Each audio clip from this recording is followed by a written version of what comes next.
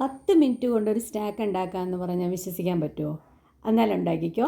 1/2 cup മൈദയിലേക്ക് 1/2 teaspoon പഞ്ചസാരയും 1 teaspoon പാലും 1 മുട്ടയും 1/2 ടീസ്പൂൺ വാനില എസൻസും 1 പിഞ്ച് ഉപ്പും ഇട്ടിട്ട് ഈ മൈദ ബാറ്റർ കുറച്ച് വെള്ളത്തിലോ അല്ലെങ്കിൽ പാലിലോ നമുക്ക് കുഴച്ചെടുക്കാം. പാലിലാണ് കുറച്ചുകൂടി ടേസ്റ്റ് വരുന്നത്.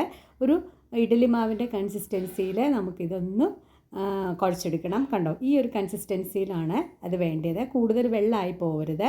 അതിനുശേഷം ഏതെങ്കിലും വെളിച്ചെണ്ണയോ സൺഫ്ലവർ ഓയിലോ ഏതെങ്കിലും ഒന്ന് ചൂടായി വരുമ്പോൾ നമ്മുടെ സ്പൂണ് കൊണ്ട് തന്നെ അത് കോരി ഒഴിക്കണം എണ്ണയിലേക്ക്. അധികം കോരി ഒഴിക്കരുത്, കുറച്ചേ കോരി ഒഴിക്കാവുള്ളൂ. ഇത് ഡബിളായി വരും. കണ്ടോ, നമ്മൾ കോരി ഒഴിച്ചതിൻ്റെ ഡബിളായി വരും. അത്രയും പെട്ടെന്ന് തന്നെ അത് മറിച്ചിടണം, അല്ലെങ്കിൽ കരിഞ്ഞു പോകും. അത് പെട്ടെന്ന് തന്നെ ആയി കിട്ടും. അധിക നേരം ഒന്നും നമ്മൾ എണ്ണയിൽ കിടത്തണ്ട.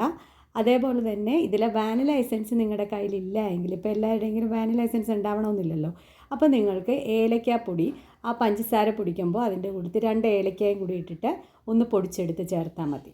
അത്രയും ടേസ്റ്റാണ്. നമുക്ക് 10 മിനിറ്റ് പോലും വേണ്ട. ചായ തിളയ്ക്കുമ്പോൾ തന്നെ ഈ ഒരു സ്നാക്ക് റെഡിയായി കിട്ടും. അത്രയും ടേസ്റ്റാണ്, ഹെൽത്തിയുമാണ്.